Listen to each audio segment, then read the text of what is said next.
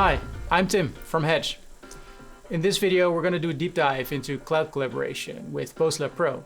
Whether you're a team working remotely or you're an individual looking for improvements in your workflow, we're going to cover this all by talking about shared storage options, PostLab setup, setting up collections, and doing a collaboration demo. So let's dive in.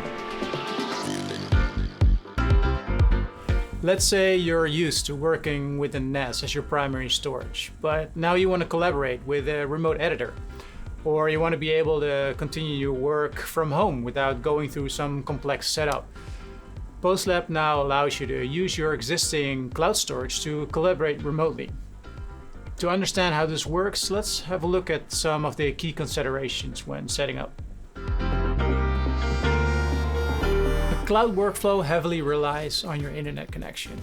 Even if you have a strong Wi-Fi signal, always use a wired connection whenever possible to prevent any hiccups. When working with media, you're working with large files, so it's good practice to create lightweight proxies, which don't take up a lot of bandwidth either. Also, a lot of storage providers will have an option to make your files available offline, and this will help you getting reliable playback without having to rely too much on your internet connection. Before setting up PostLab, it's important to check if your preferred cloud storage provider is supported.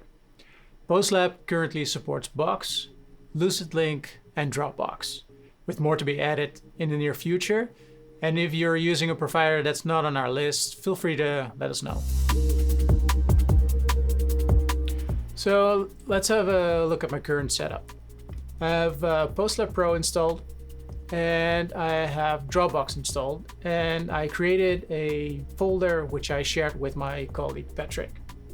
Inside this folder, I have a template folder which I can reuse, and on top level, I have a team bundle folder for my PostLab team bundles.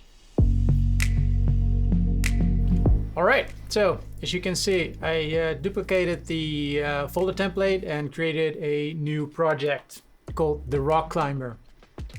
So now I can go ahead and start PostLab and create a team bundle.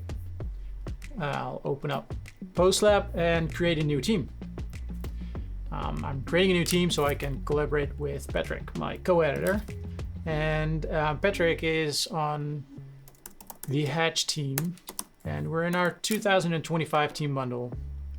You can name these any way you like, depending on the occasion, but for now we're gonna call this one Hatch 2025.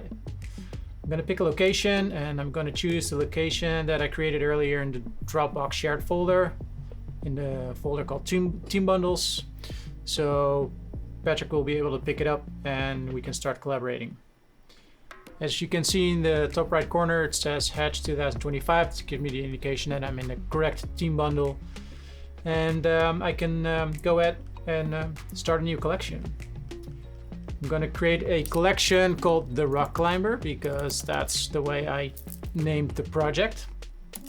But you can name a collection any way you want, depending on your project or team setup or however you want to set it up. So great. And in this case, we're gonna edit in Final Cut Pro. So I can go ahead and create a new Final Cut Pro library. As you can see, I can also create a new Premiere Pro project, but as I mentioned, let's go ahead and create a new Final Cut Pro library. In this case, I'm gonna call it the Rock Climber again. Create new library. And PostLab has created a new Final Cut Pro library for me. When I select it, I have an option to open it, and as soon as I open it, it'll open up the library inside Final Cut Pro. Now the first thing that I need to do right now is make sure that my import settings are correct. So I open up the global settings, look under import, and have the most important part selected, which is called leave files in place. So also I want to create proxies. So I make sure that this is selected. By default it's off, but I'll make sure that this box is ticked right now. and the default settings for my transcodes are perfectly fine for this project. So I'm all set up and I'm good to go. And then there's one more thing that I need to do, which is have a look at the library settings. I need to modify some things for the media location in this case and the cache location. So the media location is by default set in library, and I don't want that. I want the media location. I want my transcodes, again, not in my library, but I want them to be on Dropbox. So in this case, Patrick, again, can pick them up and start working with the same media as I am. So I'll go ahead and choose the location. And I have in my Dropbox folder, in the post-production folder, a folder called FCP Media in this case, which I'll choose and pick for my transcodes. Motion content, I can leave it as is. And then there's the cache setting, which is also set to in library by default. I don't want that either. I want it to set to, in this case, also Dropbox, so that we can share out the same cache. So Final Cut Pro in this case won't have to create that for each individual. So let me pick the FCP cache folder, which has been created earlier, and we're all good. We're all set. Backups can just stay at Final Cut backups. That's totally fine. And I can go ahead and import the media for Patrick and me to use. So I'll go ahead and import.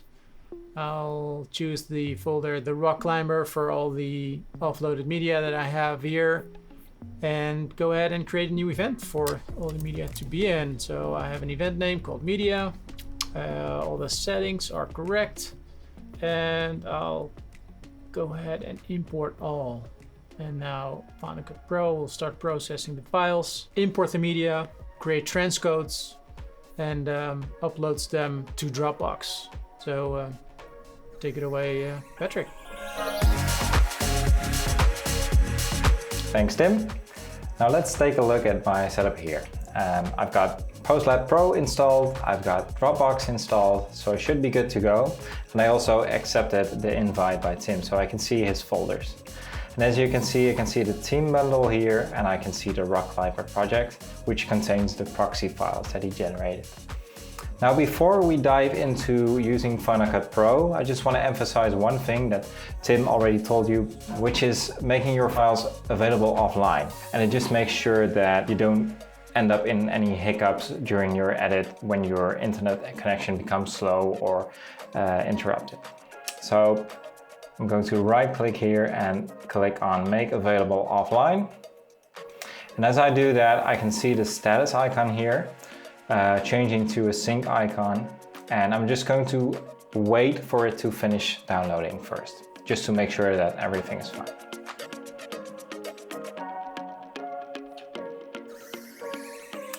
All right, now as you can see, the sync icon on Dropbox has disappeared, indicating that I can now go ahead and open the team bundle.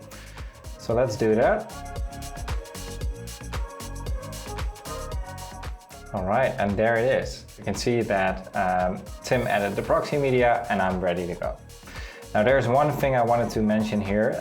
My project has a little badge indicating that this version is different from the version that I have. So once I open it, it will prompt me to upgrade my library, and I'm good to go. This is because in the meantime, I've actually updated my version of Final Cut Pro. Just make sure your other editor does the same thing when you hand it back over to him. Now, linking the media. So this is a one-time thing. I need to tell Final Cut Pro where the media lives on my machine.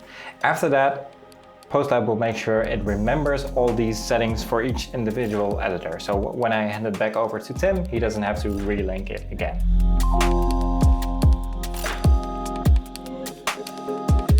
Let's go into Final Cut Media. Set that one, Final Cut Cache, which was already set by Tim, and let's click OK. Once I click on the library, you can see that it still says missing files. This is because I don't have the high resolution media. This is living at Tim's side, but I do have the proxy media. So let's switch over to using proxy media for this instance. proxy preferred, and there it is. All right, so this is the part where I'm going to edit the video, so let's skip ahead. All right, welcome back. As you can see, I finished a small video for the rock climber project, and I'm now ready to send it back to Tim. So let's head back into PostLab. And here it asks me to describe my changes. So I will just say finished view. All right, and I'm going to say save changes. So it uploads all my work. And now Tim can see that I've created a new version and he can pick it up again. So take it away, Tim. All right, that looks like a great edit. Thanks, Patrick. Before we wrap up the video, one last quick tip around cloud storage. After you've saved your changes in PostLab, make sure that all the files have uploaded to your cloud storage provider before you close your laptop or shut down your computer. Check out our website and socials for any updates on storage providers we're going to support and additional applications. And feel free to reach out if you have any questions or need help around your workflow. And thanks for watching.